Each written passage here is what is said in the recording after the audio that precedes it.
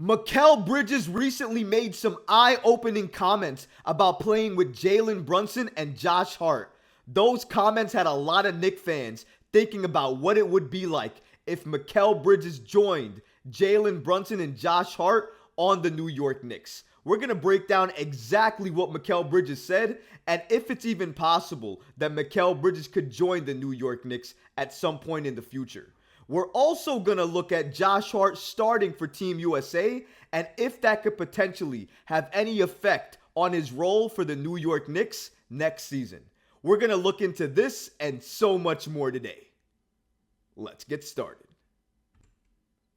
Mikal Bridges recently spoke out on playing with Josh Hart and Jalen Brunson again. Now, it's no secret. If you've been following this Villanova love story, you already know Donte DiVincenzo, currently a New York Knick. Jalen Brunson, a New York Knick. Josh Hart, a New York Knick. All Villanova boys. And then you got Mikal Bridges, a Brooklyn Net in New York, not a New York Knick, but he recently made these comments that made a lot of fans think he should be a New York Knick.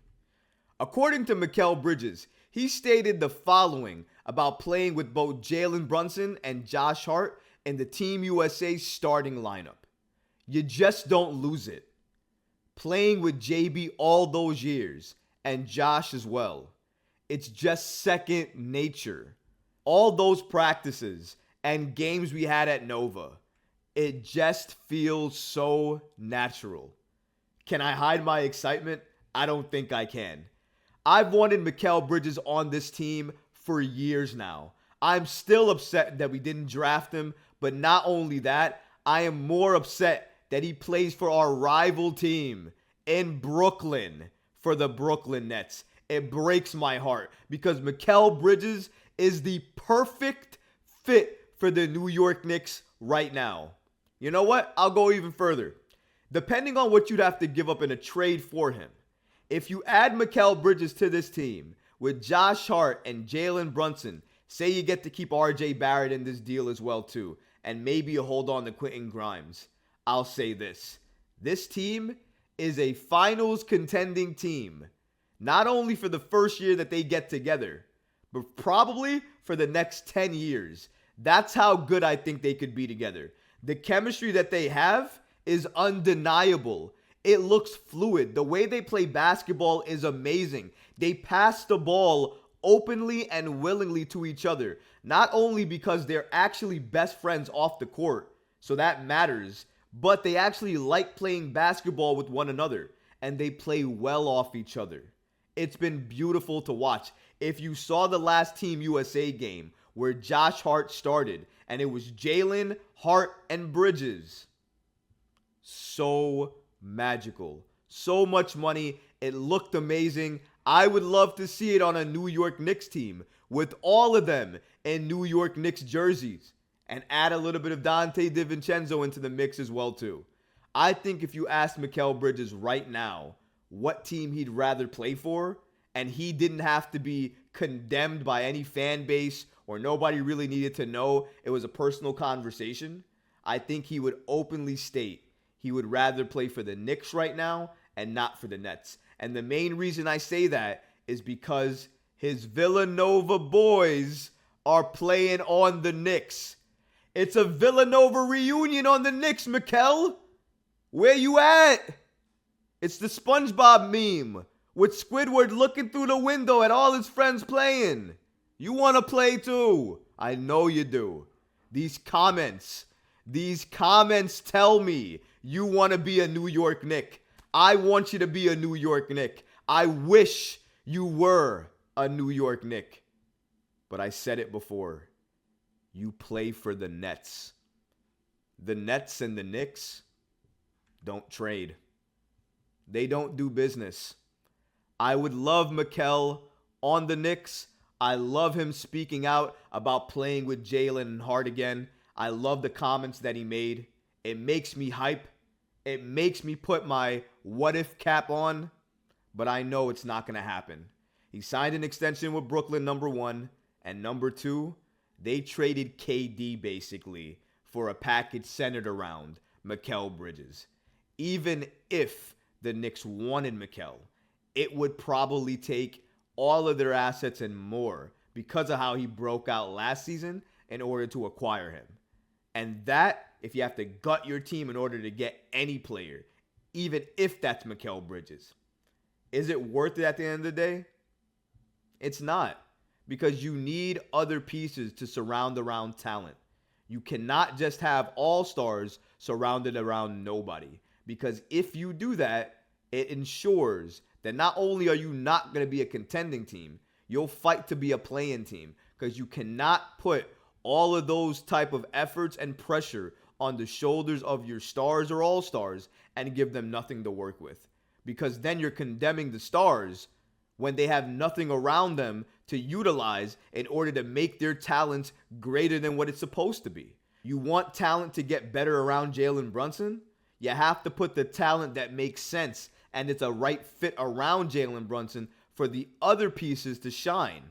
Mikal Bridges, if paired with Jalen Brunson, those two would knock down the door for superstardom together and would shine bright together. And I wish I could see them shine together on the Knicks, but it seems like Jalen is going to do his own shining on the Knicks. And unfortunately, Mikal is going to do his own shining on the Nets. I hope and pray one day we get to see it, but right now, it really is more of a dream than a reality. But shout out to you, Mikal. Thanks for these comments. I'm still going to be hoping, praying, and wishing that one day you are a New York Knick. In a recent lineup change, Josh Hart started in place of Brandon Ingram on the Team USA lineup. Steve Kerr made this official change yesterday when Team USA faced Jordan, and Team USA smacked Jordan by 48 points in that game. But would they have done that anyways if Ingram started? Probably. I'm not saying Josh Hart is the reason why they smacked them so badly. I'm saying that Josh Hart had a positive effect when he was put into the starting lineup. But how would this affect the Knicks for next season, you might ask? Well, here's how. Brandon Ingram plays power forward. What did 6'5" Josh Hart play for Team USA yesterday? Power forward. If Tom Thibodeau is watching this, he is grinning, he is smiling, and he's saying, yes, that's what you got to do. Want to know why? Because that's his plan too. To roll out Josh Hart at the 4 like everything's okay. And for him, it's okay. I'm only doing it in spot minutes. I don't need a traditional backup power forward. No. Team USA. Pull up the roster again. Team USA. This is what their roster is. Hart, Edwards, Bridges, Jackson, Brunson. That's why he plays power forward. Jalen can shoot the 3. Anthony Edwards needs 3 people on him. He's the best player on any basketball floor. Mikal Bridges, one of the best two-way players on the floor. Jaren Jackson Jr., you better be careful because you're about to be blocked, or in transition, he's going to hunt you down and dunk on you. Every single one of these players have their own gifts that make them stand out enough that Josh Hart's game gets to shine. What's Josh Hart's game? Hustle plays. He had 2 points yesterday and 12 rebounds against Jordan. That's why he's in the game. He led the team in rebounding. That's what you want a power forward to do. And that's the scary part. Because he did well against this FIBA team at this power forward position. It's only one game though. If Steve Kerr runs this lineup up a few more times, and I see it a few more times against more elite competition, maybe I'll have more to say about it. But as of right now, Steve Kerr, he can do it because of the talent around him. The New York Knicks do not have the talent to put Josh Hart at the 4. We're struggling to find the proper 3.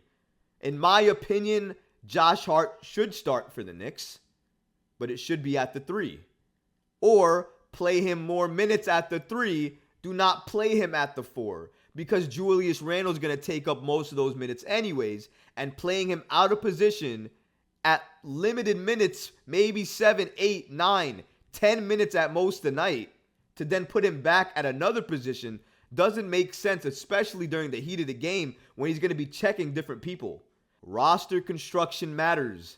Lineups you use matter. Fit matters.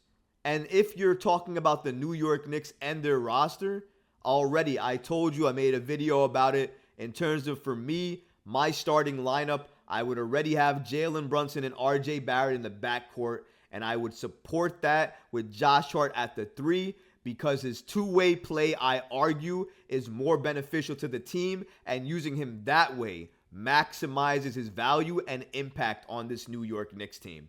So shout out to Steve Kerr for making this change. It seemed like everybody liked it. Josh Hart obviously liked it and approved of it. Mikal Bridges, clearly, as we said, approved of it and liked it. And clearly even Brandon Ingram approved of it and liked it. So everybody loved this change. Steve Kerr made the decision, an executive decision. Didn't care about any hate he was going to take for making it. He made it. And that's the type of coach every single type of team needs. Somebody who's going to stick to what their decisions are, stick to their guns, not quiver or shake away from them, and make sure that they're making the change that is right for the team. Not for the player necessarily, but for the team. And I think Steve Kerr absolutely did that. If you like this video, go ahead and leave a comment below, smash that like button, and don't forget to subscribe to the channel. Until next time, Knick fans.